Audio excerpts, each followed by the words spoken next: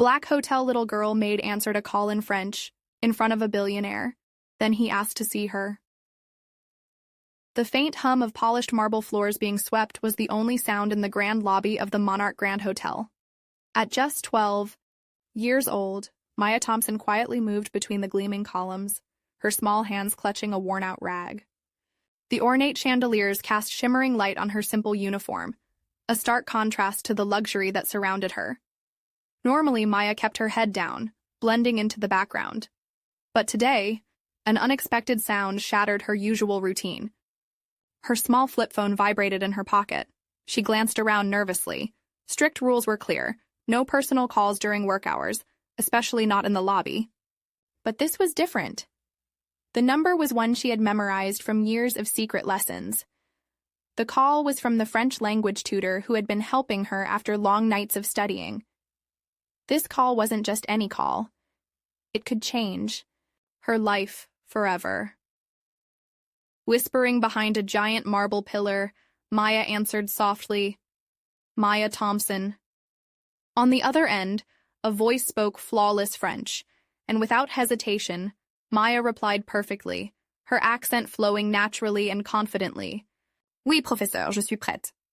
Their conversation, filled with complicated phrases and academic terms, drew curious glances from the hotel's elite guests. That's when Maya noticed him, Alexander Pierce, the billionaire owner of the Monarch Grand. He stood just a few feet away, arms crossed, his sharp eyes locked on her with surprise and intrigue. Beside him was the hotel manager, Karen Doyle, her face tight with disapproval.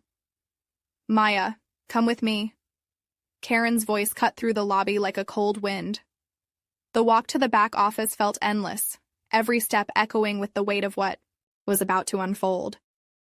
At just 12, Maya was the youngest and least expected to stand out in a place like this. A cleaning maid with dreams bigger than the gilded ceilings overhead, speaking French flawlessly in front of the richest man in the city. Nobody saw it coming. Maya Thompson was no ordinary 12-year-old. At first glance, she seemed like just another hotel maid, small, quiet, and easily overlooked.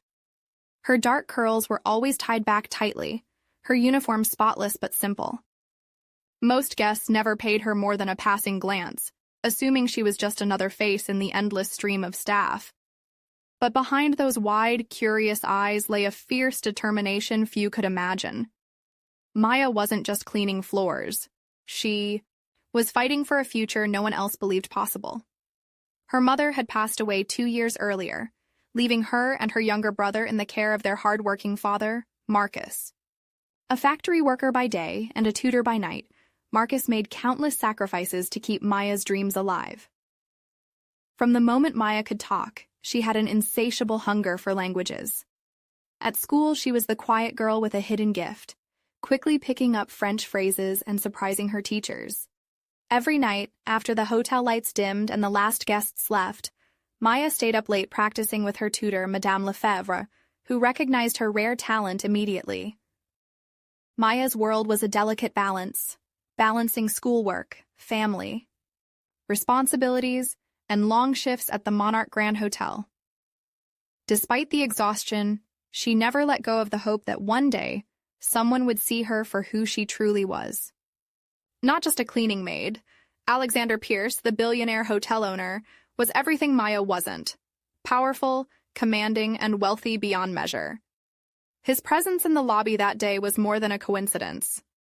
Known for his sharp business, mind, and icy demeanor, Alexander rarely acknowledged the hotel staff beyond polite nods. But today, something about Maya's quiet confidence caught his attention in a way no one else had. Karen Doyle, the hotel manager, was the enforcer of rules and the voice of authority. She had no patience for exceptions, especially when it came to staff stepping out of line. For her, Maya was a troublemaker who needed to be kept in her place. A small girl dreaming too big for the high-end hotel where respect was earned only through tradition and conformity. In this world of polished floors and glittering chandeliers, Maya was a quiet storm waiting to break free. That afternoon, as Maya swept the grand lobby with practiced precision, her phone buzzed softly in her pocket, a vibration she normally ignored. But this time, The caller ID made her heart race. Madame Lefebvre. She knew she shouldn't answer. Manager Doyle's strict no-phone rule during work hours was infamous, especially for the cleaning staff. Yet, this call was different. It was the moment she had been waiting for. Maya quickly ducked behind a massive marble pillar, careful to keep out of sight from guests and staff alike. She pressed the phone to her ear and whispered, "Bonjour, Madame Lefebvre." The voice on the other end was calm but urgent, speaking fluent French with the warm accent of the Parisian tutor who believed in her. "Maya, the scholarship board, called. They want to interview you tomorrow." For a moment, time froze. This was it, the chance to prove her talent beyond these hotel walls. But before she could celebrate, she heard sharp footsteps approaching.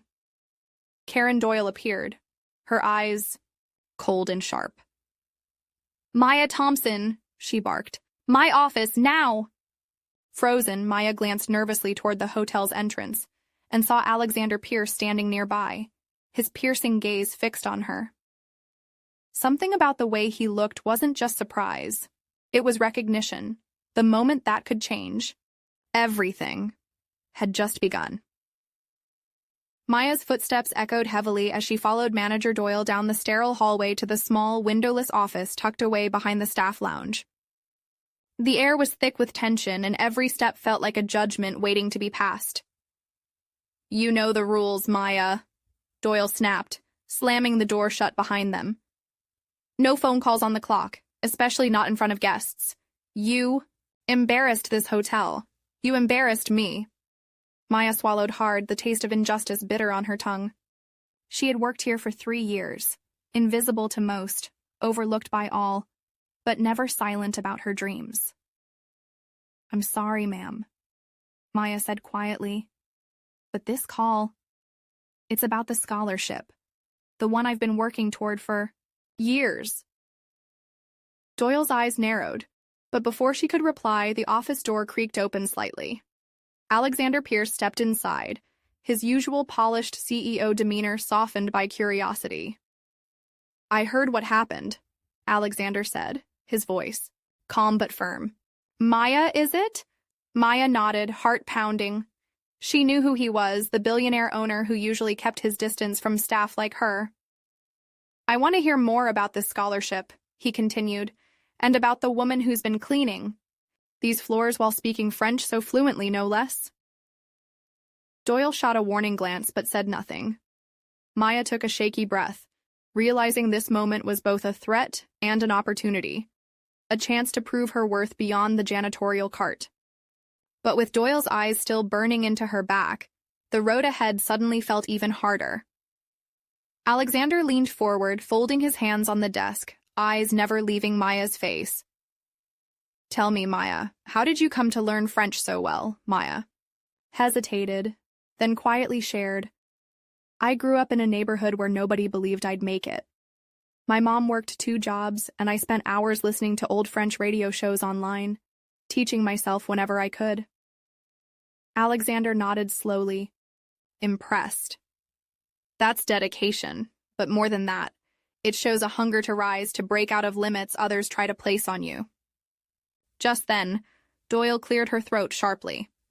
"Sir, with all due respect, she's breaking rules. We have standards here." Alexander cut her off. "Sometimes, breaking rules means breaking barriers.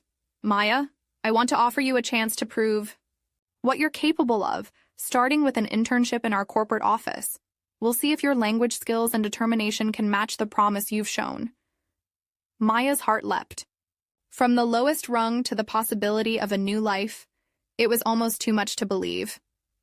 As Doyle stormed out in frustration, Alexander smiled and said softly, "You're not just a maid cleaning floors, Maya. You're someone worth investing. Honest style."